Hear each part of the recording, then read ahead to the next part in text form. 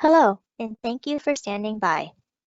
Welcome to the AGD webinar, Mastering the PPO World with Dr. Jennifer Bell. During this presentation, participants are in a listen-only mode. The audio portion of the webinar streams through your computer speakers. If you are having trouble hearing, please check the volume settings on your speakers. If your video or your audio is playing poorly, you might be experiencing a bandwidth issue. Please try to refresh your screen or check your internet connection. At any time during the presentation, you may text a question or comment to the speaker using the Q&A box. Our speaker will address as many questions as possible at the end of the webinar. As a PACE-approved program provider, the AGD is required to monitor attendance throughout this 1.5-hour lecture. As a reminder, this webinar provides 1.5 hours of lecture credit in AGD subject code 550. You will receive your CE certificate in accordance with PACE guidelines. Tonight's webinar will be presented by Dr. Jennifer Bell. Jennifer Bell, DDS, FAGD, FICD, earned her undergraduate and dental graduate degrees from the University of North Carolina at Chapel Hill. She also completed the Advanced Education in General Dentistry program at the Veterans Administration Medical Center in Fayetteville, North Carolina. Bell earned her fellowship from the Academy of General Dentistry, where she has served in many leadership roles. She is a member of several professional organizations, including the American Dental Association. Dr. Bell, the microphone is yours. Thank you so much, Olivia. It's so wonderful to be here tonight with everybody, kind of heading into the holiday season. And I know there's a lot of strains on individuals' times these days. And so I just appreciate you giving me a little bit of your time tonight on this Thursday evening. So let's go ahead and get started. I'm honored to be able to present this tonight on really behalf of the Dental Practice Council.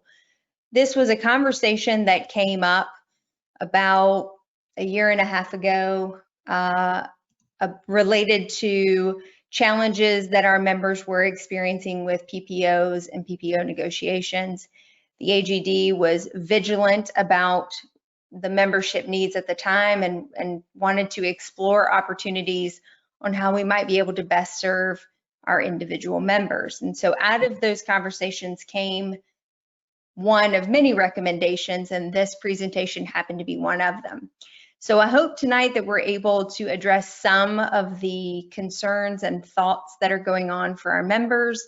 Please feel free to use the question section. You can also reach out to me following the presentation tonight, and I'll answer as many questions as I can or refer you to individuals who are much smarter than myself who might be able to provide that information for you. So we'll go ahead and get started. So a quick disclaimer for tonight's presentation. I am not a sponsored speaker for this meeting. I'm operating on behalf of the AGD and the Dental Practice Council. I am not a stockholder in any companies related to this presentation, but I have been a previous client of one of the companies that I'll mention later on in my slides.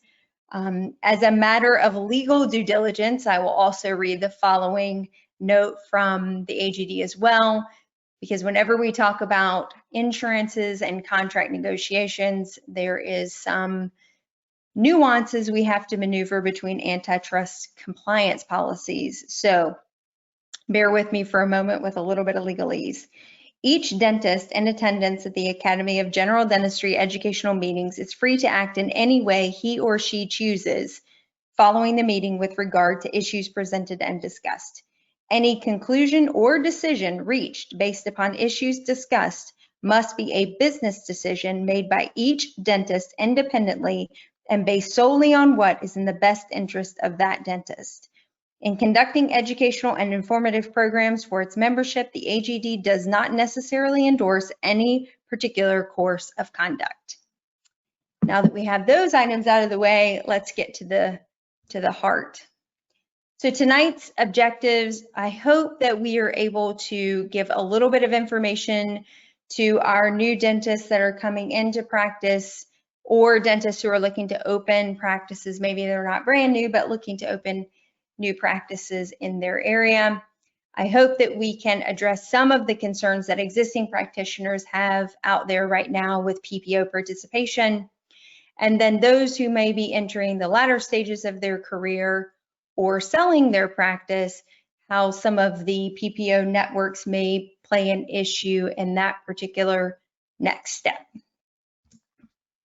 So just a quick review about who I am. I was born and raised in North Carolina. I come from small town Lexington, where barbecue is king and Krispy Kreme is the daily cuisine of choice. Krispy Kreme was born just north of where I grew up. My dad worked there for 38 years, so pretty partial to some hometown flavor. I did go to the University of North Carolina for both degrees. I am married. I live just south of Raleigh here in Holly Springs, North Carolina, with 3 kids, Ben, Lily, and Evelyn. I am a Coy Center graduate. I finished up a few years ago there in their continuum, active member of the AADSM, a fellow in the Academy of General Dentistry, and a fellow in the ICD.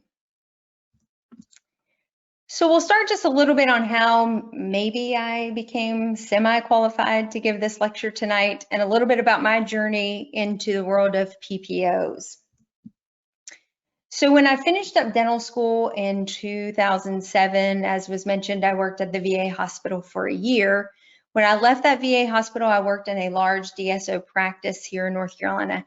At that time, in 2008, that was a unique existence because North Carolina was not an open market for large DSO networks. That has since changed slightly, but still not a heavy penetration of the larger, more common national DSO practices. But we did have some smaller practices that operated as a DSO style practice. Within that practice, we saw patients who participated in a variety of insurance plans at that time. It gave me my first exposure to PPOs, but also indemnities, capitations, and HMO plans. I learned a lot during that experience about the challenges that come with participating in each of those individual networks, and the pros and cons, quite frankly, of being in those networks. In 2010, we opted to open our own practice here in Holly Springs. I have a business partner. We've been open here for 10 years. When we first opened, we decided to go ahead and join 10 existing networks. North Carolina might be a slightly unique state in that it doesn't necessarily have one centralized dental insurance provider that seems to dominate or monopolize the market. We have a lot of insurance companies that are participating with a variety of employers. And so we felt it in our best interest at that time to market our practice, which was a cold start, by enrolling in 10 different networks. By 2013, the fortunes had turned and we had a successful practice, and we were seeing a variety of patients and decided that it might be time to start reviewing some of those contracts. And we eventually dropped down to 8 networks after review. That was when we hired a company to come in and help us relook at our contracts, our in-network statuses, and our negotiations with those individual companies. In 2017, we opted to open a second practice about 20 minutes east of our current location, and we did carry over those existing 8 PPO networks. To understand, we currently don't participate in any capitation or HMO plans, but at that location, we opted to bring in Medicaid and VA participation. Again, that practice was a cold start. It was in early 2020 that we were having preliminary discussions with several companies to come in and help us do another round of negotiations, review of contracts to determine whether we were going to maintain in those 8 networks, and then COVID hit. And so that process has been stalled slightly as we're all attempting to recover and climb out of the deficits of 2020, but certainly on our docket to review again in 2021. So let's get started on the meat and potatoes of PPOs. Max or Olivia, if I could get your help, I would like to post a quick poll to our attendees.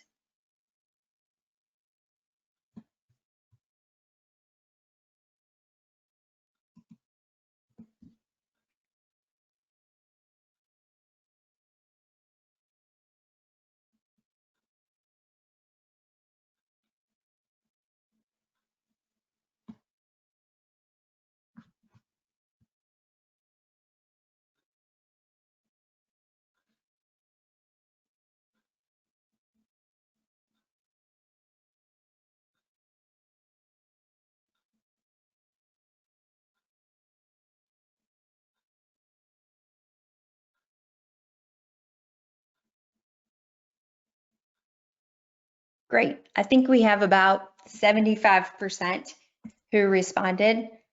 It looks like we're predominantly in existing PPOs, but we do have a few individuals who are in a smaller group of network providers, and then we have actually a pretty decent percentage who are still fee-for-service and not in network with anyone. I hope throughout this presentation we can address any of the concerns or issues that you have within those individual categories that you find yourself in. So let's go ahead and move forward. That gives me a better understanding of who we have in the audience today.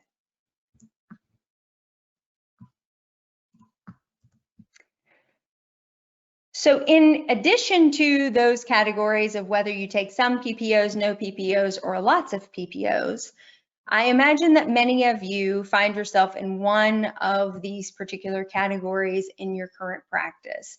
Maybe you're in a situation where you're thinking about bringing on new networks into your practice. Maybe you have no networks and you're considering whether or not you might bring in some PPOs into your current network. Maybe you have several already existing and you want to add additional ones. Maybe you're considering dropping networks. Maybe you're finding your practice is at a decent capacity and you would like to start relooking at those contracts. Maybe you're looking to add an associate, or you're going to join a practice as an associate. And so PPO negotiations and contracts directly impact your practice. Maybe you're in this webinar today because you're looking to sell or purchase a practice. And there's some really interesting nuances in that category that we'll talk a little bit later about. Maybe you just want to renegotiate your contracts. Maybe you're not looking to add or drop, but you want to make sure that you're operating with the best fee schedules available to you. And so you're starting to embark upon that journey of contract renegotiations.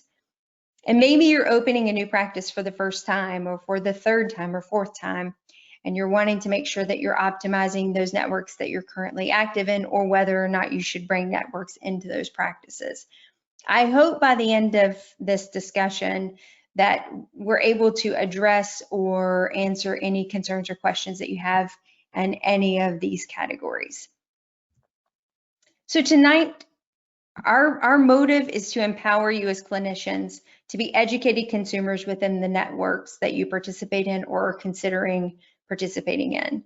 Or should you choose to hire a third party to help you in those negotiations, that you're an educated consumer in that process as well, and that you can actively participate with a company to ensure that they're operating on your best interest. After all, your reimbursement rates are what dictate your business success. And so it's imperative that you know how to best position your practice for success when working with those third-party companies. In a quick review, I'd like to go over just a few key terms to make sure that we're operating on a same level of understanding. I don't want to use terminology that maybe you haven't heard of before. And so just a quick review of those terms. I think most of you understand what a PPO is. That is a preferred provider organization. It's a plan that offers a network of healthcare providers that individuals who are insured can utilize for a reduced rate of care. Doesn't mean reduced rate of quality of care, just a reduced compensation rate. An in-network provider are those providers within a PPO who have agreed to a certain contractual rate in order to participate in that network. That is often in exchange for some marketing advantages and new patient flow. A contracted rate is that fee reimbursement that you have agreed upon as a provider with that insurance company or PPO network. Some PPOs will operate under a direct contract, meaning you will contact that individual insurance company directly, work a contract, agree upon fees, sign a contract directly with that insurance company. There are some insurance companies that operate together through shared agreements. That is still with an insurance company, but when you sign the contract with that particular insurance company, you are in effect signing a contract with additional networks as well. And that is what a shared agreement is.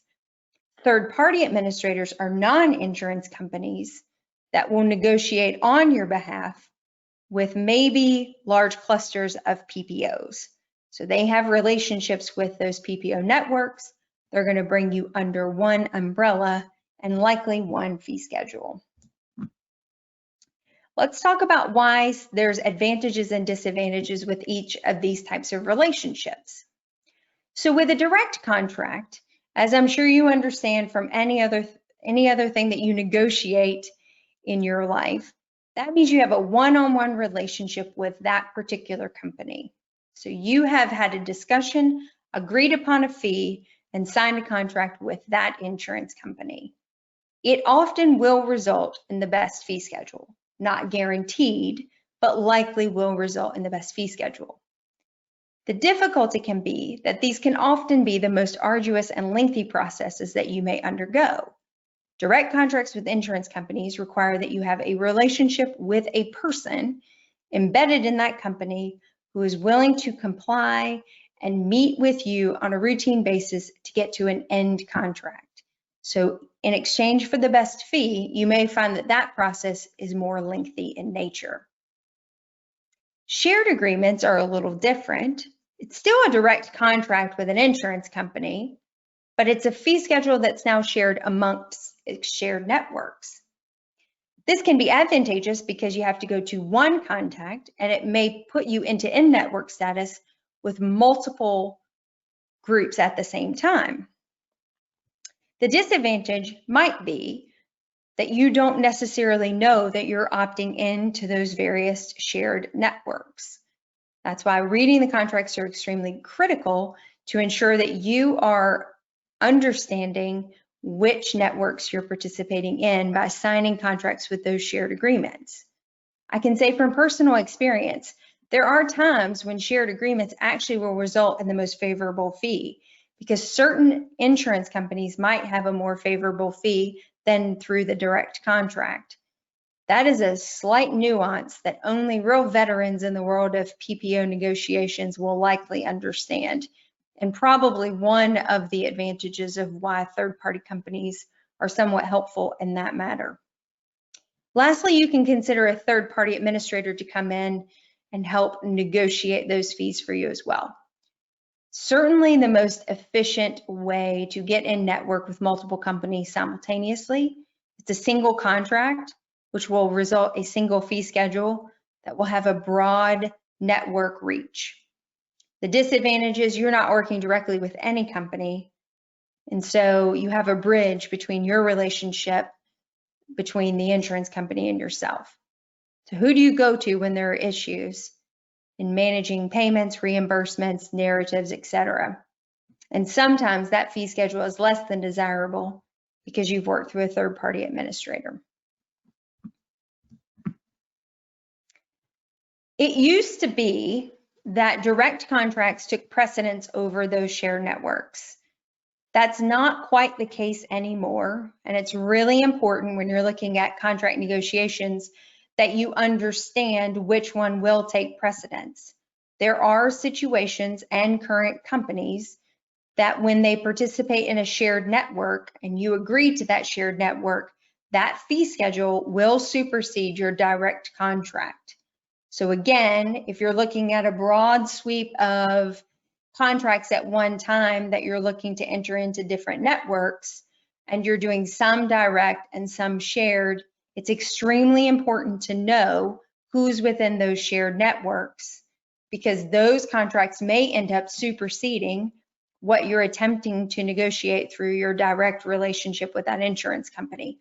That's not always the case, but those are questions that have to be answered and understood before signing those contracts. There is only one company, as I understand today, that does not participate in any shared network. So the majority of insurance companies have some co-relationship within shared networks throughout the US. Remember, when you're looking at those contracts, you have to opt out of shared networks within those contracts. Otherwise, you'll be automatically opted in. This is important for when you're onboarding networks, but in addition, As an in-network provider, you may get paperwork throughout your career that lets you know that they've now joined a new shared network. And you'll be seeing patients within this shared network, and it may itemize out those particular plans that you're now obligated to see, that you didn't sign a contract with. You will be automatically enrolled into that network unless you do the paperwork to opt out. So you have to be vigilant and pay attention to when that information is coming across your desk or into your practice. So now that we understand the different terminology of how we work with PPO companies, it's really important to understand what are the most important numbers that matter to me as a clinician when I start to consider the various next steps with PPO networks. And it's so important for you to understand your numbers. And even as a new practice, if you're looking to open up for the first time, use your existing understanding of how you've operated in your previous practice. Maybe as a resident, what were the procedures and services that you enjoyed providing for patients versus those procedures that you didn't enjoy providing for your patients? Or better yet, what are the demographics of that area going to ask of you to perform? Is this going to be a business model that's going to rely much more on oral surgery and endodontics? Or maybe a demographic that's going to rely heavily on aesthetic dentistry and comprehensive care? So in understanding what you value as a clinician, but also what your consumers and patients are going to value out of a dental practice, will help you understand numbers. Maybe if in the event that you're a new practice, you don't quite have the benefit of knowing your numbers. So just take that into consideration as we go through some of these numbers tonight. So the first report that you can run out of your practice management software is to look for the top codes that account for 90% of your annual production. And based on the fact that this is a presentation operating at the end of 2020, which has been probably a unique year for most clinicians on this webinar, you might look back to 2018 or 2019 to understand better what the actual makeup of your practice really looks like on a regular year. If you look at those top codes that account for 90% of your yearly production, those are going to be the codes that you're going to most favor and most focus on during contract negotiations, or when you look to go in network with a different network. If you're a new practice, you're going to be a little bit more beholden to the top 20 codes, which is a typical standard practice of most insurance companies when you go to the table for negotiation. They're going to present you a list of the top 20 codes that are billed in your demographic or in your area. And you're going to see, prophy codes, radiograph codes, maybe a crown code, a couple filling codes, those types of routine procedural codes. Maybe that meets the demands of your practice. Maybe it doesn't. Maybe it doesn't reflect the type of dentist you're going to be at all. So it's important to understand what the top 20 codes are going to be for you and for your patient base if you're a new practice that doesn't necessarily have the benefit of running reports for a practice.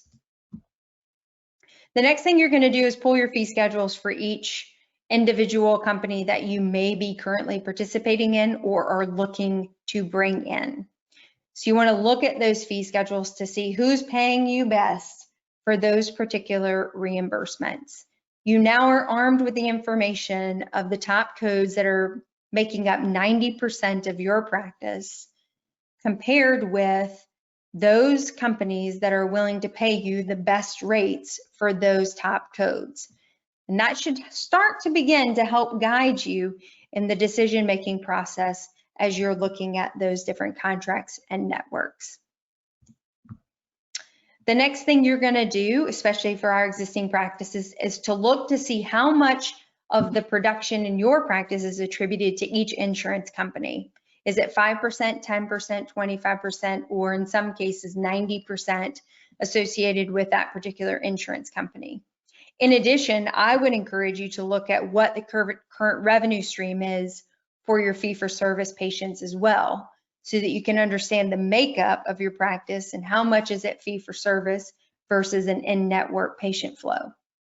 Lastly, if you are considering bringing additional companies into your practice, it's really important for you to understand how many of your patients and how much production is currently being attributed to patients who are insured, but you don't participate in their network.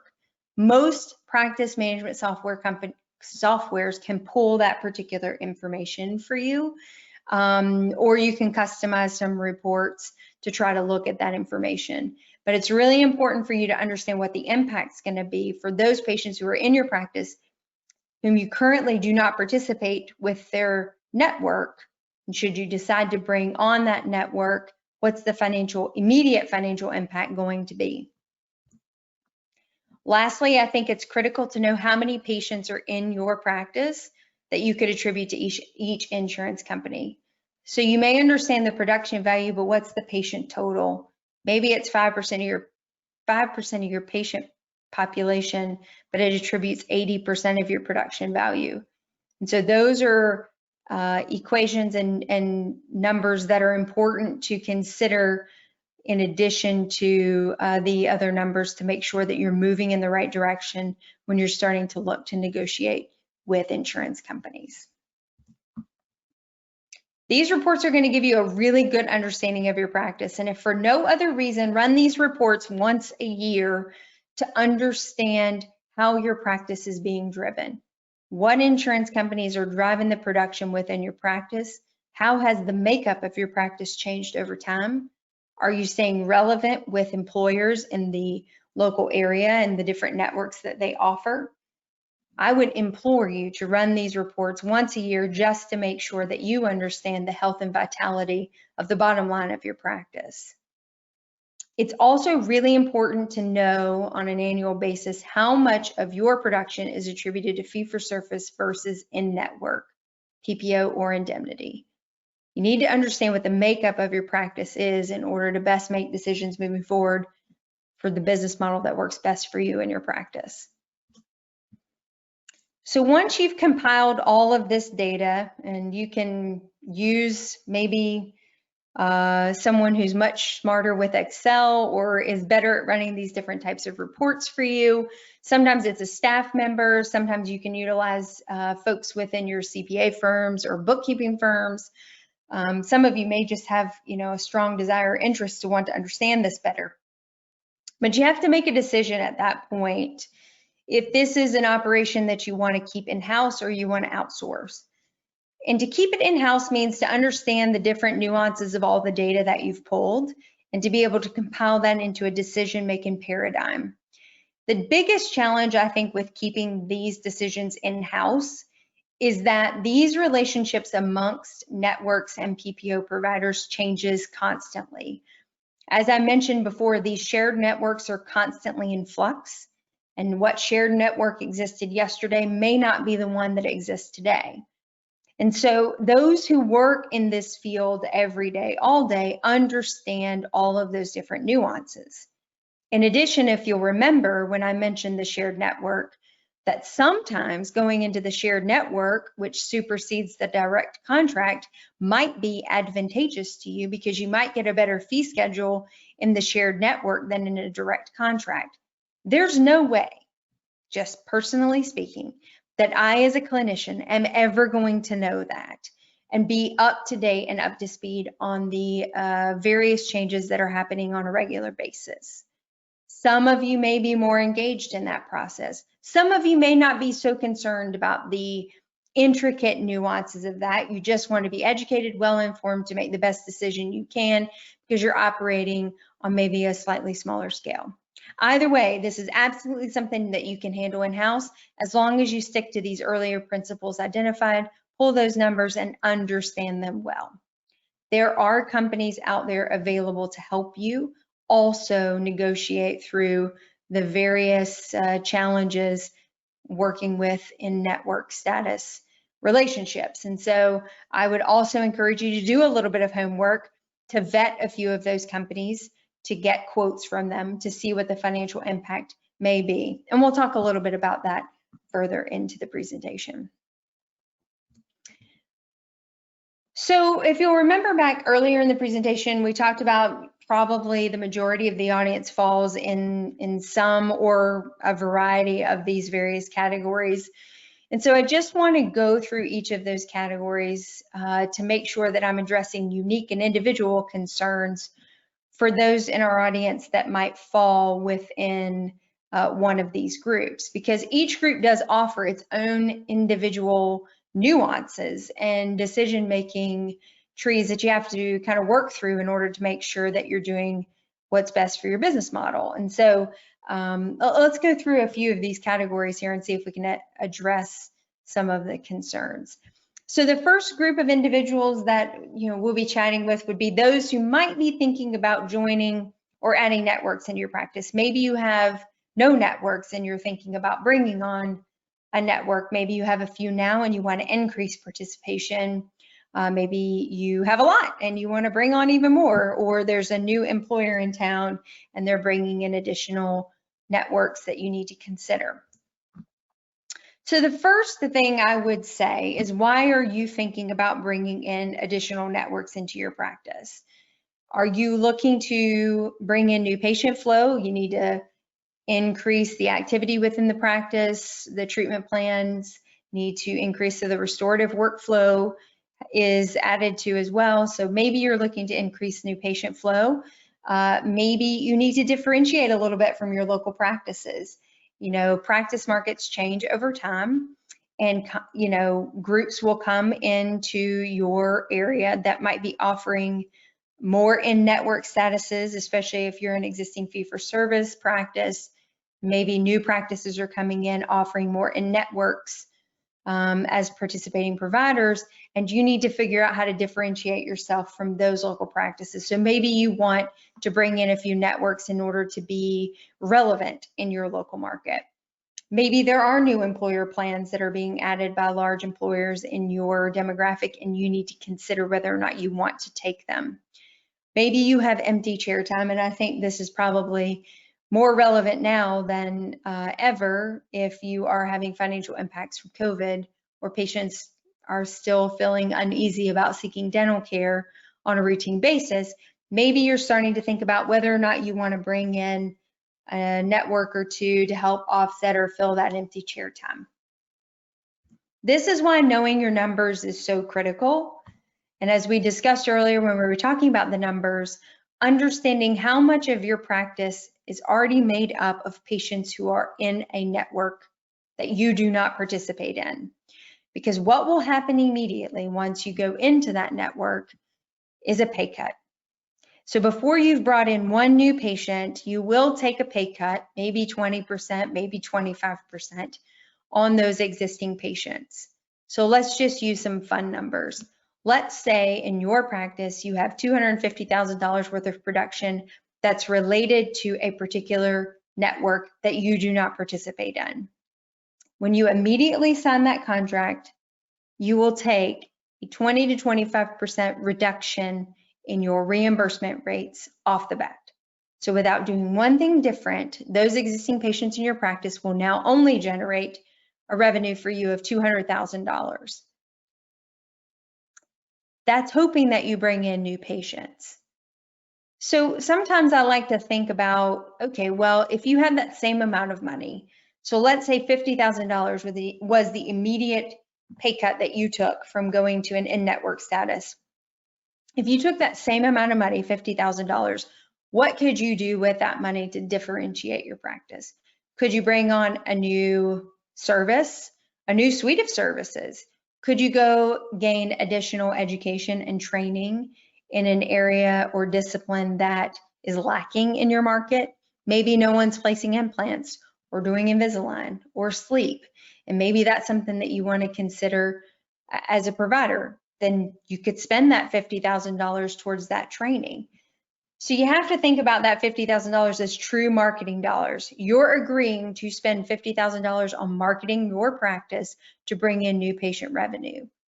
And then you just have to hope that the trade-off will pay off. I will tell you that it's often the most beneficial strategy to consider bringing on networks in which you have a very little reflection within your practice.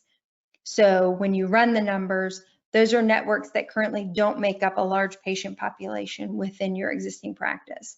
That means the financial impact immediately will be minimized, and hopefully the new patient flow will offset whatever minimal reduction in fees you may experience. But I really encourage you to take a look at that, because that's an immediate way to lose revenue by going in network.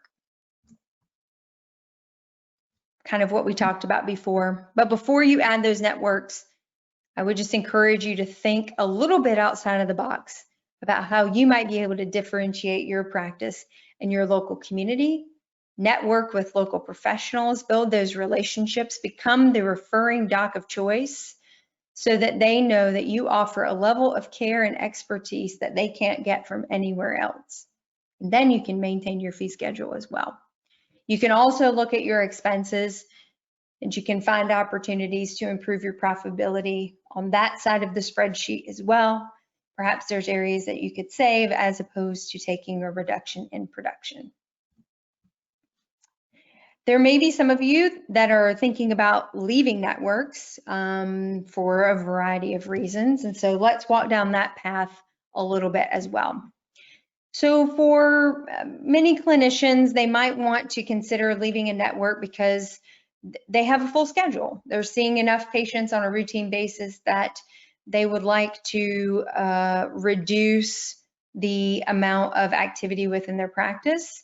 Maybe the new patient waiting list is long and the capacity for the practice at the rate at which the clinicians want to operate has reached its maximum capacity. There's plenty of consultants out there that can talk to you about whether or not that's a real thing and how you could increase your business. But let's just say, for the sake of argument, that you do have a long waiting list to get into your practice and you're operating the kind of schedule and the exact practice that you've dreamed of, and you're extremely content with that. Maybe you just want to control who's coming in the front door by participating in the more advantageous plans as opposed to the less opportunistic plans, the ones that maybe don't pay as well, or just quite frankly are a pain in the rear to get compensated for the services that you're providing.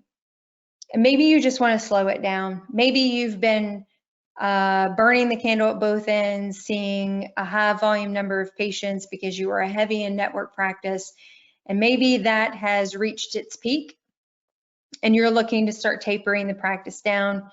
Maybe your mortgage payments are all paid in full and you're feeling pretty content with your revenue stream and you'd like to dial down a little bit on the activity level.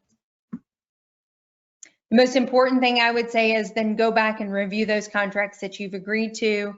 Most of them have some form of termination clause, though not completely restrictive, but you do need to understand it well.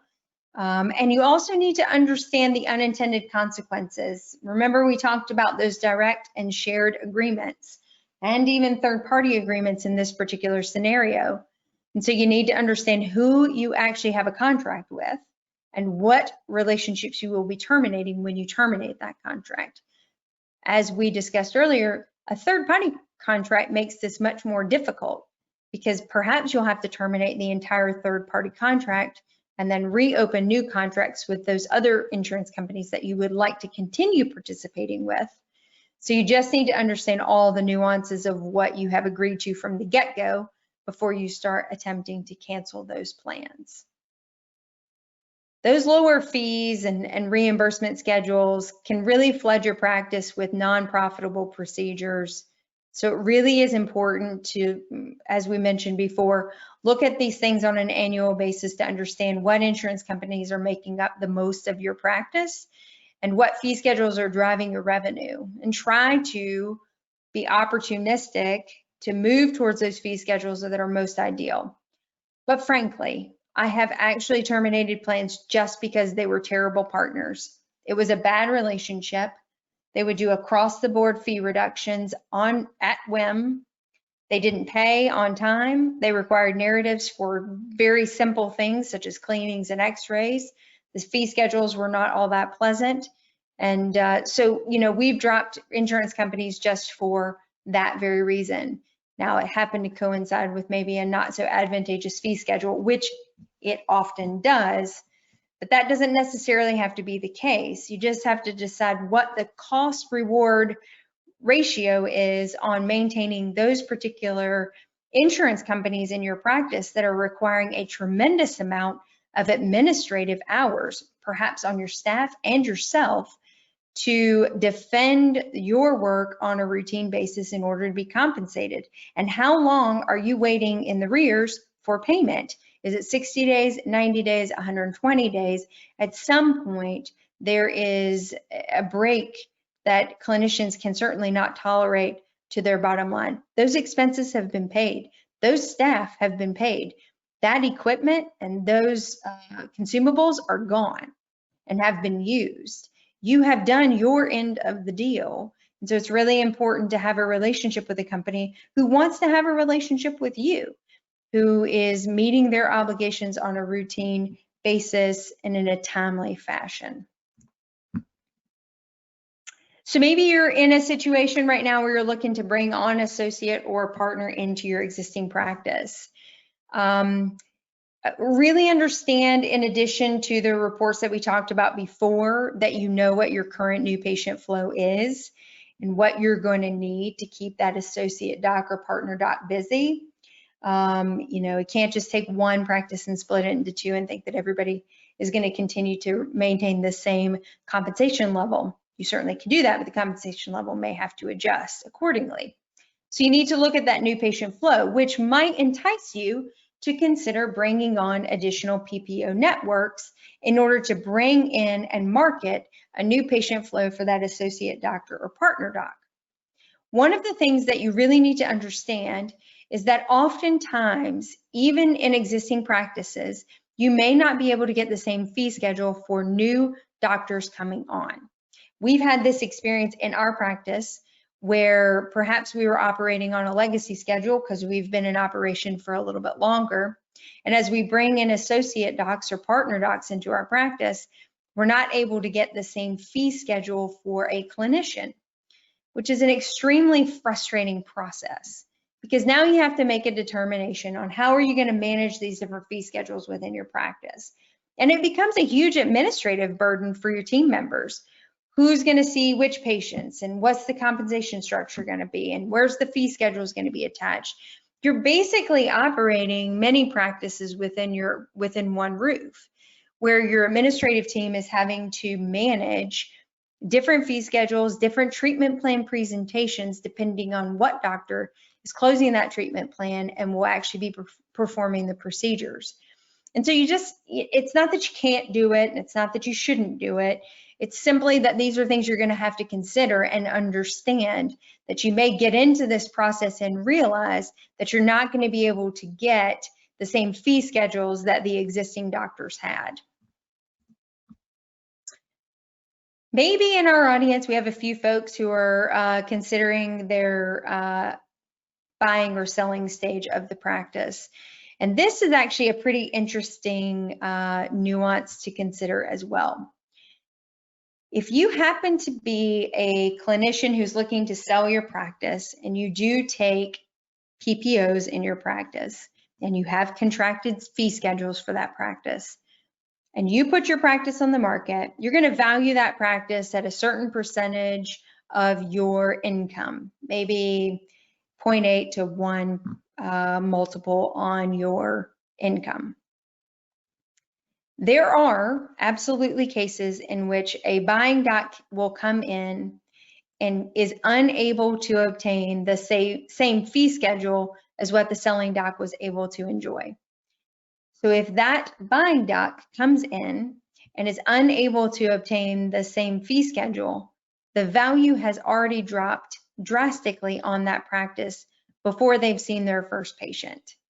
So for those who are looking to buy practices or buy existing practices, or perhaps buy into an existing practice, I would encourage you to know and negotiate those contracts as early, or at least see fee schedules as quickly as you can before you sign up to purchase a practice at a specific value, because you need to understand whether or not you're going to actually be able to obtain the same value in that practice as the existing owner doc. The same is true for owner docs. In order to not get a sticker shock when a new doc comes in and wants to buy your practice but can't achieve the same valuation because of contract negotiations, you need to understand if your fee schedule is operating under a legacy or unique fee schedule, that would be extremely difficult for any new doc to come in. And unfortunately, relook at the valuation of that practice to perhaps consider a more fair valuation, because any new doc coming in won't be able to achieve the same production level as what you as the owner doc have been able to enjoy. Perhaps you are at a phase now where you're thinking about moving into contract negotiations.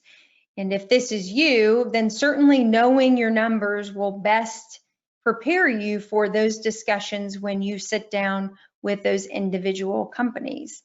You know, they really have to know that you know what you're talking about and what fees and what codes are most important to you. As I stated before, most of them will present to you the top 20 codes that are relevant to all providers. You need to make sure that those top 20 codes are relevant to you. And so whether you're opening up your practice for the first time or starting to relook at trying to increase your fees, you need to understand what makes up your practice in order to make sure that you're negotiating correctly. That's what's going to empower you as a consumer. That's what's going to make sure that when you sit down at the table, that you're going to get the best available fee schedule, the best reimbursement plan available to you as a clinician. If you go into that negotiation blind to what makes up the day-to-day business activity of your practice, you will not achieve the best fee schedule possible or the most profitability for your practice. So are we a bit overwhelmed at this point? I think it's safe to say that managing these various reports, plopping them into Excel spreadsheets, trying to understand what they mean to you and to your practice, how do they continue to make you profitable? How do they change from minute to minute, hour to hour? What's different this year that was not true last year? What shared networks exist now that didn't exist before? Am I with a third-party administrator or with a shared network or a direct contract? I frankly can't remember and don't know. There are lots of nuances when it comes to working with PPO companies and negotiating those relationships. And unfortunately, at the end of the day, well, fortunately, actually, I think, because we're all dentists here, you are a dentist and you're a clinician, and your primary responsibility is to provide top-level care for your patients when they come in every day. It is not to be an expert at Excel or an expert at PPO negotiations. Some of you may find this to be an intriguing project or a hobby, a fun activity. Maybe it's something that really gets you going every day, put your feet on the floor and want to tackle the day. But for some of you, you're probably thinking, I don't have an MBA to manage this, nor do I really understand how to go from here. And so let's talk a little bit about what you might want to think about if you're not ready to bring this as an in-house opportunity. One of the things you're going to have to consider, as we discussed earlier, is if you're trying to optimize and get paid the most for your services, or if you're simply looking for the easiest path to negotiation. And oftentimes those are divergent paths. You often will not get the highest fee or the highest contracted rate by choosing the path that's the shortest with the least path of resistance. For the most part, you're going to have to go down the arduous and often lengthy process of direct negotiation or long negotiations with companies in order to optimize those fee schedules. So it just depends on where you are in your practice, what you prioritize, what's most important, and what's motivating this next steps in looking at PPO networks. That's often what's going to dictate which path you go down. Neither is right or wrong. You just have to understand that you're choosing a path and that you will likely not be able to get both goals met if you think you're going to be able to get the most optimized fee schedule and the fastest, quickest route from point A to point B. So again, I cannot say this enough. Whether you choose to keep it in-house or you want to outsource it, it is imperative that you understand your numbers. Go back to those notes that I've made. I've left handouts in the webinar as well. Look at those items that I have suggested that you run through your practice management software. Understand the makeup of your practice. Do it on an annual basis. Make that a holiday gift for yourself each year, wrapped up in a bow, that you understand without reservation what the makeup of your practice is. I'm sure most of you know, listening tonight, how much your cement costs. I'm sure you know how much your highest paid employee costs you every month on payroll. I'm sure that you know what the light and water bills are for your locations. Do you know what insurance company you depend on the most and what fees they're paying you for? And what codes are you billing them most often for? What are they denying on a routine basis? How can you optimize and make that successful? Understanding the revenue stream of what's driving your practice every day is as critical as understanding the expense drain that's happening on your practice on a daily basis.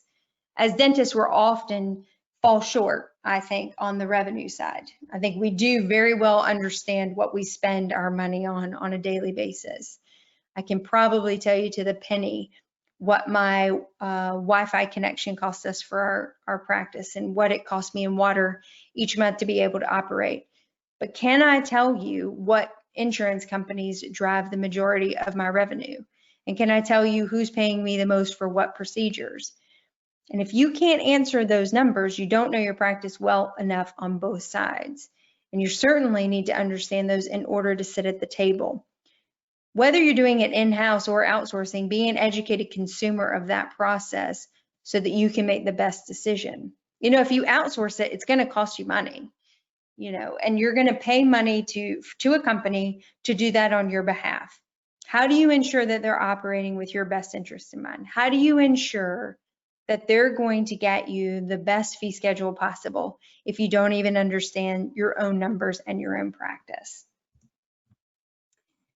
There are lots of companies that are out there available. I can tell you in 2013, when I hired Unlock the PPO for the first time, they were probably one of the few that were available at the time to do these types of services. Since then, the landscape has changed a little bit and more companies have come online to provide those services to clinicians. I really think that this is something that needs to be in your budget every 3 to 5 years that you schedule as part of an expense item. The majority of those companies offer some type of ROI. Most of them will say that they will bring you back X amount fold on the amount of money that they will bring into your practice, or a money back guarantee, if you will. Not all of them do, but I know that many of them do. They also have specific niches and practice styles that they like to work with. Some like to work with individual practitioners in single locations. Some like to work with larger groups and multiple docs. They all have their levels of complexity and nuances, so you just have to find the right company for you, but they are definitely out there for you. These are a few of the ones that I've come across over the last couple of years. This is not an inclusive list. There are plenty more out there. I just haven't been exposed to them. But these are some of the ones that I have had relationships with or had discussions with in the past. And again, they each have their own unique markets that they like to operate in. Some, like Unlike the PPO, will only do single location. I think 2 doctor is their max. Profitable PPOs is more open to that. I think Unitas is more open to that as well. They'll look at multiple locations, multiple docs. So you just have to find the right company for you and then look at the fee schedules that they're going to charge to do those negotiations. They're going to pull those same reports that we discussed previously and look at what the makeup of your practice is in order to guide your decision making. What they're also going to have at the table that you will not be able to bring is an in-depth understanding of how these different networks are working, who's in what shared networks will take precedence over those direct contracts, what third-party companies are advantageous versus maybe not the best companies to work with because of how they manage their fee schedules.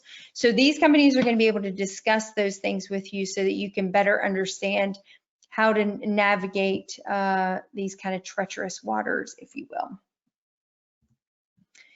There are lots of other resources out there. AGD has been extremely engaged in trying to provide opportunities to members to keep them abreast of what's happening in the PPO world. They write articles within the AGD Impact on a routine basis, especially when hot topics are presenting themselves. There are contract negotiation services available as well for them to look at a variety of your PPO contracts and help you in your decision making. They are certainly not a PPO negotiation company, but they can look at the contract from a legal perspective and give you some feedback. The ADA is also offering now a third-party concierge service in looking at those contracts and sort of your in-network status. Most of the PPO companies that I mentioned tonight have their own websites with resources, webinars, maybe they've been featured in a variety of dental podcasts. And so they provide a lot of information for free that you can consume and make the decision about which direction that you want to go. There's lots of experts out there providing lots of feedback to clinicians. And I would just encourage you to look at those on a annual basis to stay relevant, to understand what the marketplace looks like currently, so that you can be making the best decisions for your business. These are just some of the articles recently within the last couple of years that the AGD has posted for members to review and to review. So I appreciate your time tonight. I know we kind of moved through that material quickly. I'm happy to answer any questions that you may have. I cannot guarantee you that I will have the answers. After all, I am just a dentist operating every day just like the rest of you are. But this is a couple quick ways that you can find me out on the web. If you want to have follow-up questions or private personal questions you don't feel comfortable posting here on the webinar tonight, feel free to connect with me that way, or certainly through the AGD Connect page, active there as well, and you can send me a message. So with that, I'll close my presentation. All right, thank you, Dr. Bell. Ladies and gentlemen, this concludes the lecture portion of this evening's webinar.